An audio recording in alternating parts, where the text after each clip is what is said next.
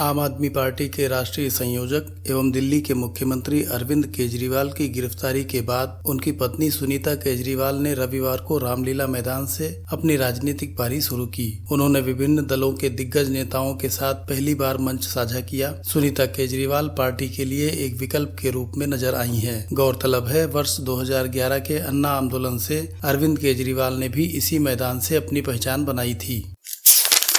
राष्ट्रपति द्रौपदी मुर्मू ने रविवार को भाजपा के दिग्गज नेता एवं पूर्व उप प्रधानमंत्री लाल कृष्ण आडवाणी को देश का सर्वोच्च नागरिक सम्मान भारत रत्न प्रदान किया। राष्ट्रपति ने आडवाणी के खराब स्वास्थ्य के कारण उनके आवास पर पहुंचकर सम्मानित किया। इस मौके पर उपराष्ट्रपति जगदीप धनखड़, प्रधानमंत्री नरेंद्र मोदी, रक्षा मंत्री राजनाथ सिंह, गृह मंत्री अमित शाह, पूर्व उपराष्ट्रपति वेंकैया नायडू और आडवाणी के परिवार के सदस्य मौजूद थे। प्रधानमंत्री ने एक्स पर पोस्ट कर कहा कि आडवाणी को भारत रत्न से सम्मानित होते हुए देखना बेहद खास था और यह सम्मान देश की प्रगति में उनके स्थायी योगदान को मान्यता है। उन्होंने कहा, जन सेवा के लिए उनका समर्पण और आधुनिक भारत को आकार देने में उनकी अहम भूमिका ने हमारे इतिहास पर अमिट छाप छोड़ी है। उत्तर प्रदेश मदरसा एक्ट रद्द करने का मामला सुप्रीम कोर्ट पहुंच गया है। सुप्रीम कोर्ट में याचिका दाखिल हुई है जिसमें यूपी मदरसा एक्ट रद्द करने के इलाहाबाद हाई कोर्ट के आदेश को चुनौती दी गई है। अंजुम कादरी ने हाई कोर्ट के आदेश के खिलाफ सुप्रीम कोर्ट में विशेष अनुमति याचिका दाखिल कर हाई कोर्ट का आदेश रद्द करने की मांग की है। इलाहाबाद हाई कोर्ट की लखनऊ पीठ ने गत 22 मार्च को UP board of Madrasa education act 2004 को असंवैधानिक ठहरा दिया था।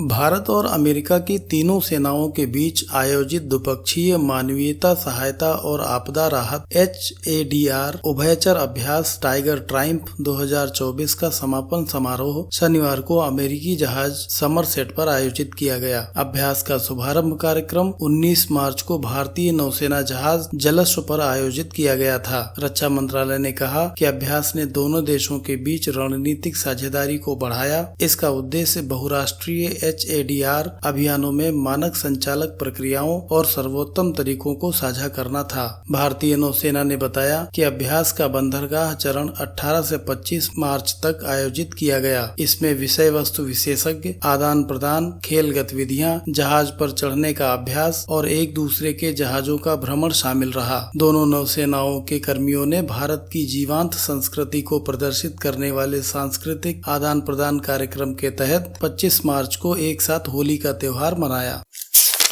सार्वजनिक क्षेत्र के बैंक ऑफ इंडिया ने कर्ज से जुड़े ब्याज में 10 आधार अंकों की वृद्धि की है। बैंक ने बताया कि नई ब्याज दरें 1 अप्रैल से लागू हो जाएंगी। अब बैंक का रेपो रेट पर आधारित ब्याज बढ़कर 9.35% हो गया है।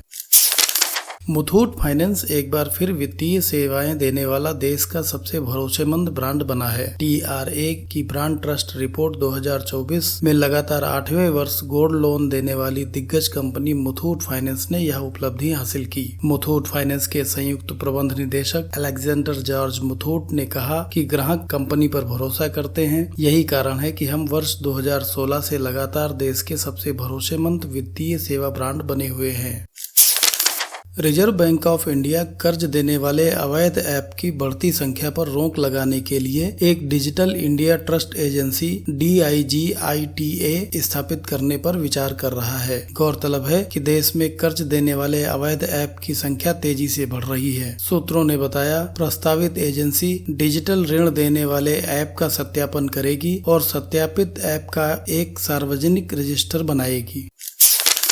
केंद्र सरकार की अपनी कंपनियों से मिलने वाला लाभांश चालू वित्तीय वर्ष में 63,000 करोड़ रुपए के आंकड़े को पार कर गया है। यह बजट अनुमान से 26% अधिक है। कोल इंडिया, ONGC, पावर ग्रिड और गेल जैसी कंपनियों ने चालू वित्तीय वर्ष में अच्छा लाभांश दिया है। 1 फरवरी को संसद में पेश किए गए बजट के संशोधित अनुमान में चालू वित्तीय वर्ष के लिए केंद्र सरकार की कंपनियों से मिलने वाला लाभांश प्राप्ति 50,000 करोड़ रुपए आंकी गई थी। निवेश और सार्वजनिक संपत्ति प्रबंधन विभाग की वेबसाइट के अनुसार 31 मार्च 2024 को समाप्त होने वाले वित्तीय वर्ष 2023-24 में वास्तविक लाभांश संग्रह लगभग 26% अधिक 62,929.27 करोड़ रुपए रहा है। वित्तीय वर्ष 2022-23 में सरकार को 59,952.84 करोड़ रुपए लाभांश के तौर पर मिले थे।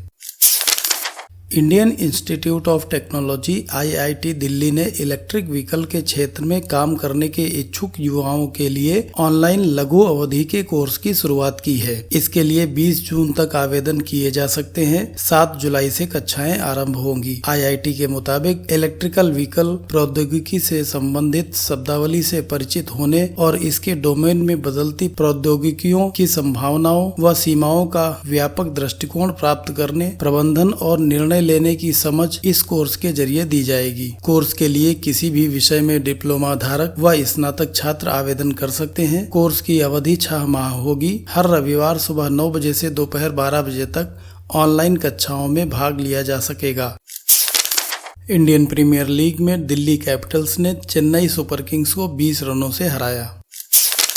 भारत के स्टार टेनिस खिलाड़ी रोहन बोपन्ना ने सबसे उम्रदराज ATP मास्टर्स 1000 चैंपियन बनने के अपने रिकॉर्ड में सुधार करते हुए ऑस्ट्रेलियाई जोड़ीदार मैथ्यू एबडन के साथ मियामी ओपन में पुरुष डबल्स का खिताब जीता।